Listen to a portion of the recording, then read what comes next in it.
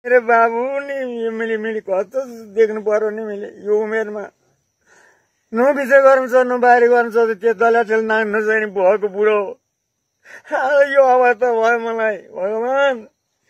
मलाई खानेले गर्यो यो मलाई अरू होइन म दोष दिन्न खानेकै काम हो यो बिरिन नाच्ने भदिन जग्गा नाचिने जग्गा यो होइन यो जग्गा बेचा छ छैन भयो त मैले बेचेको छैन कहीँबाट क्षतिपूर्ति केही पाउनु भएको छ केही पनि भएको छैन खेतीपाती भएको पनि छैन मेरो जग्गा मेरो 3-4 वर्ष अगाडि त सबैजना आएर थियो नि त हेर्न तपाईँको यो घर म बेच्दिनँ यो मेरो जग्गा मैले त्यतिखेर के भने तपाईँलाई यहाँ सबै आएर थिए होइन म त बेच्दिनँ भनेर आउँदा आएर थिएँ आयो भने के गुल्ने आयो कस्तो गुल्ने आयो मलाई के थाहा म यो जग्गा बेच्दिनँ मेरो के जग्गा बेच भने त्यतिखेर सबैले अरूले भने के आफूले चाहिन्छ म किन बेच्छु र भनेर मैले बसेको अहिले त्यसो भन्दाखेरिमा कि छर छिमेक वरिपरि खाजी कि शोधन गर्नु पर्दो हजुर शोधन नगर्ने अर्काको जग्गा हाम्रो जग्गा नौसानी भएन अहिले घर पनि छ बास पनि छैन घाँस पनि छैन भने त मलाई सबै चर्क्यो म कहाँ जानु म बारी पनि चर्किरहेछ बारी जग्गा पाएको सारा चर्किया छ हजुर सारा चर्किया छ अनि 3-4 वर्ष जो ठुलाबाट आएर आउनु भएको थियो नि यहाँ के भन्नुभयो तपाईँलाई त्यतिखेर ठुलोबाट आएका बेला त के भन्नु अब यो जग्गा के मैले बेच्ने मन गरेको थिएन अनि पल्लो जग्गामा हेरेँ अनि गएँ उनीहरूको जग्गा नबेचेको थियो नथिएन मलाई के थाहा र मलाई त ए जग्गा बेच भन्दै आएको छन् छैनन् खानेवाला मबाट आएको छैन आएको छैन अब के गर्नु त बुवा परिवारमा को छ त यहाँ मेरो छोरीहरू छन् छोराहरू छ छोरा छैन होइन यहाँ चाहिँ को बस्नुहुन्छ म मात्र ठिङ्गा एक्लै हो एक्लै ठिङ्गा बसेको के हुन्छ नाच्दिन यस्तो जग्गामा के हुन्छ र कति वर्षको हुनुभयो अहिले मैले यहाँ बसेको हजुर अहिले 40 वर्ष भयो हजुर यहाँ मेरो बासिन्दा यो होइन यहाँ हजुर कति वर्ष हुनुभयो म अहिले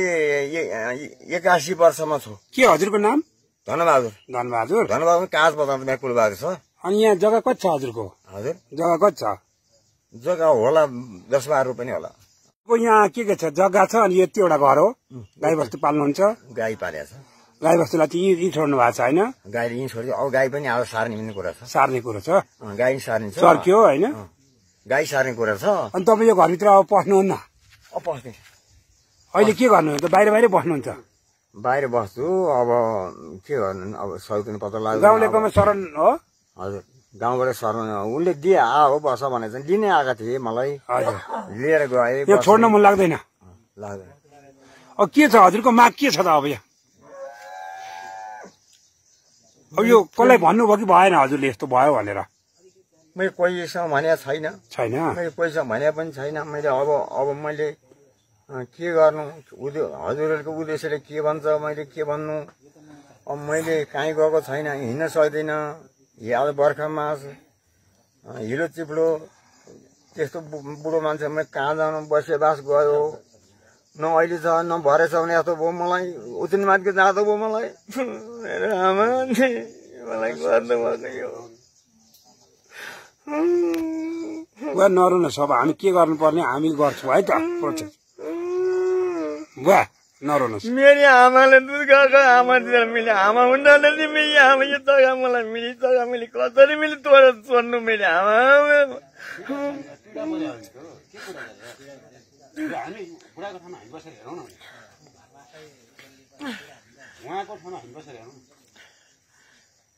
हिँड्न सक्नु न त्यस्तो बेलाको मान्छेलाई अब मैले कहाँ जानु बर्खा मास हे भगवान मन भगवानलाई पनि पुकाएर घर बसेको छु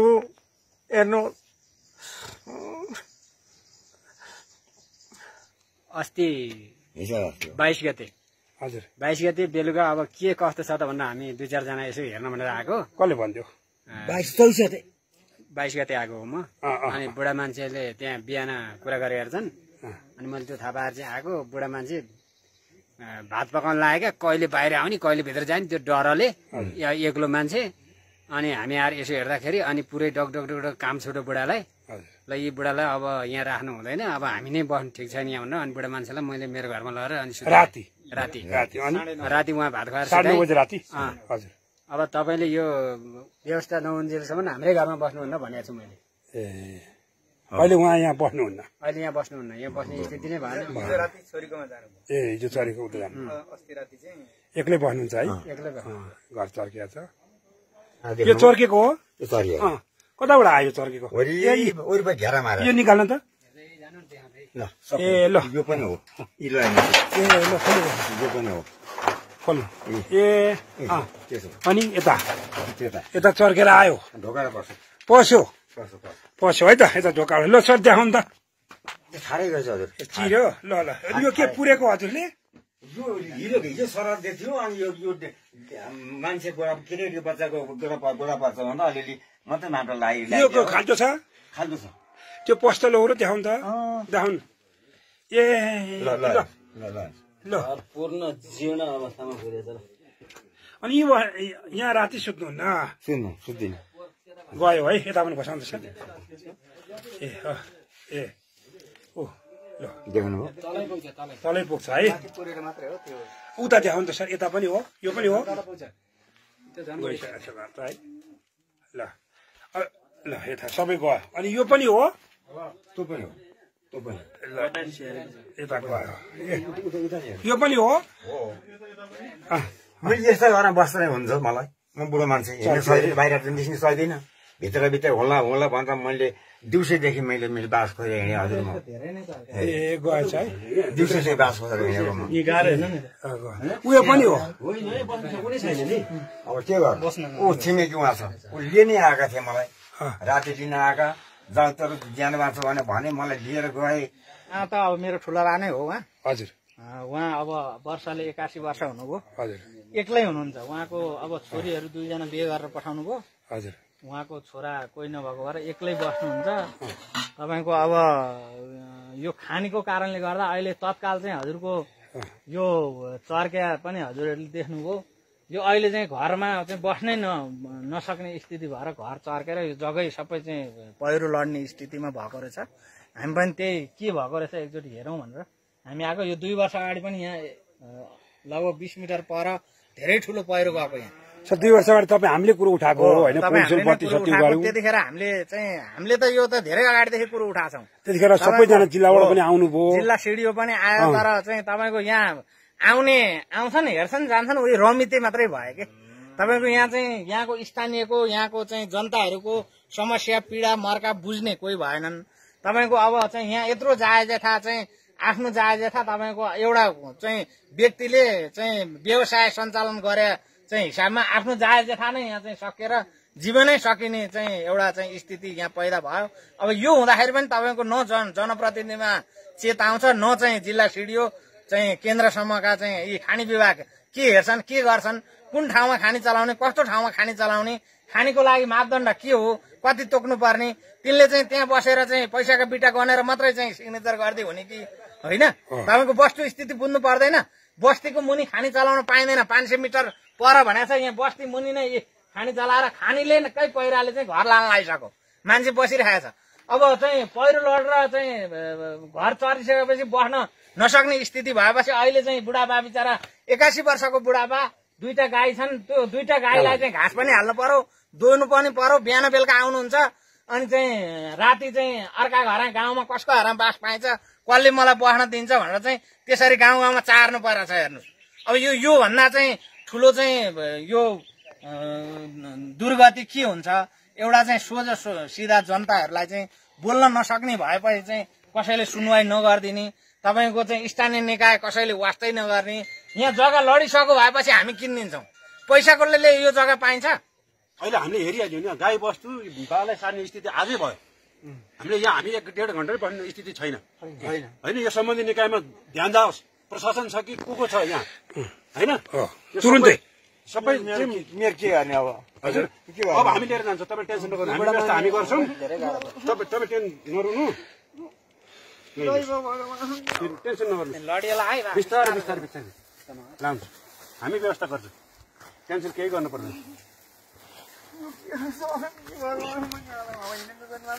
नरुनु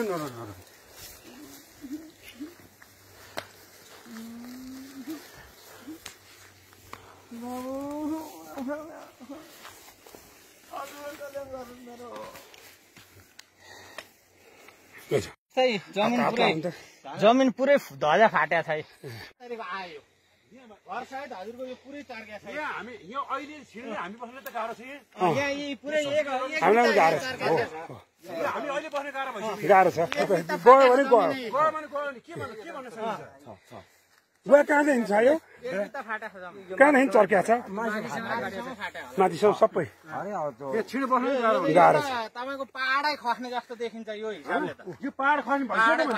ल पहाड खस्ने यहाँ अहिले नि भाषा खाने भाषा छ यो बाटो पहिले तेर्सो थियो यो चाहिँ झरेर यो अहिले यस्तो भएको 5 फुट जति तल पुग्यो तल यो पुरै चर्किया छ नि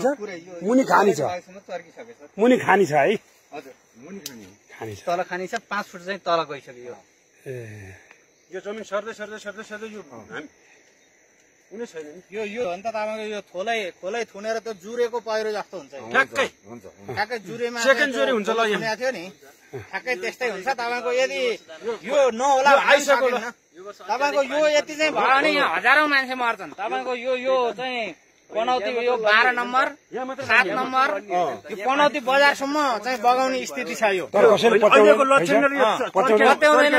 अब यो जुरे जस्तो चाहिँ एकैचोटि गएर थुनिएर चाहिँ भोलि बगाएपछि कति मान्छे मरेपछि चाहिँ अनि यहाँ तपाईँको भैटाङ घाम लाग्ला यिनको नभए तपाईँको त्योभन्दा अगाडि यिनीहरूको चेत खुल्दैन यहाँ त कर बटुल्ने कर बटुल्ने उति हेर्नु न सार्वजनिक जंगल हो त जंगलमा पुरै खानी चलाएको छ अति गर्ने अत्याचार नगर्नु के यो त यो बोल्ने मान्छे कोही छैन अति गर्ने अत्याचार नगर्नु बोले नि सुन्नुवाई हुँदैन सुन्दैनन् कसैले ल यस्तो उल्का उबारी भयो ल अनि के गर्ने मान्छेले गर्नु बाच्चा मान्छे त्यो खानी त त्यो मापदण्ड कहाँ पुग्छ त त्यो सार्वजनिक जंगल हो त्यो सबै अब छोइसक्यो गएर 2-3 मिनेट खोला थुनिएको पहिरो यहीँबाट अस्ति खोला थुनिएको पहिरो यही होइन त सर हजुर हजुर यहीँदेखि गएको रहेछ यहीँबाट सुरु भएर यहाँबाट गएर अझ रोकिया छ त्यो भाग पनि ए गुट्टु बगेछ नि त भन्छ यो भाग पनि जुनसुकै बेला जान्छ ओ तल टिपर गइरहेछ टिपर गइरहेछ त्यो टिपर यताको भागमा अस्ति गएको लेदोले चाहिँ खोला थुनिएको यसरी यहाँदेखि गएको रहेछ अब यो बाको घर छेउमा यही बस्तीको नजिकैबाट सुरु भएको कहीँ पनि खोइ कोही पनि हेर्नै आउनुहुन्न यो घरहरू सब बेचेर गइसक्यो यो चाहिँ बिक्री भएको त्यो धनबहादुर बुढाको चाहिँ दाइको चाहिँ बिक्री भएको छैन यो पनौती नगरपालिका वडा नम्बर 2 मा चाहिँ यहाँ खानी सञ्चालन भएको कारणले गर्दाखेरि चाहिँ खानीका क्षेत्रभन्दा माथि रहेका जग्गा घर बस्तीहरूमा यस खालका क्षतिहरू पुगिरहेको अन्य ठाउँहरूमा पनि यस्ता घटनाहरू भएका छन् यसलाई चाहिँ यो हाम्रो जिल्ला समन्वयमा एउटा जिल्ला स्तरीय विपद व्यवस्थापन समिति हुन्छ स्थानीय तहमा स्थानीय विपद व्यवस्थापन समिति हुन्छ र वडा तहमा वडा विपद व्यवस्थापन समिति हुन्छ ती विपद व्यवस्थापन समितिहरूले विपदको घटना घट्न सक्ने त्यसबाट हुने परिणामहरूलाई चाहिँ कसरी कम गर्न सकिन्छ भन्ने सन्दर्भमा पनि काम गर्नुपर्ने देखिन्छ र उहाँको जस्ता प्रतिनिधि घटनाहरू अन्य धेरै क्षेत्रहरूमा भएका छन् यस्ता घटनाहरूलाई समाधान गर्नका निमित्त अब कति परिवेश कति सन्दर्भहरू मिल्न सक्ने नमिल्न सक्ने हुन सक्छन् अब चाहिँ कति खानी क्षेत्रहरूका मापदण्डका कुराहरू हुन सक्छन् क्षतिपूर्ति व्यवस्थापन गर्नुपर्ने कुराहरू हुन सक्छन् त्यसलाई पनि कडाइका साथ लागू गर्नका निमित्त पनि स्थानीय सरकारले एकदमै मजबुत खालको भूमिका निर्वाह गर्नुपर्छ र स्थानीय सरकार छ भन्ने कुराको आभास उहाँहरू जस्ता सबै मान्छेहरूले चाहिँ त्यो आभास प्राप्त गर्नका लागि पनि यो घटना र यस्ता घटना अरू घटनाहरूलाई पनि समाधान गर्नुपर्छ भन्ने हामीलाई लाग्छ पैसा लोभ गर्ने उही बेला म यो जग्गा बेच्थेँ म यो यहाँको जमिन जति छ त्यति मलाई पैसा चाहिँ त्यति जग्गा चाहिँ मलाई चाहियो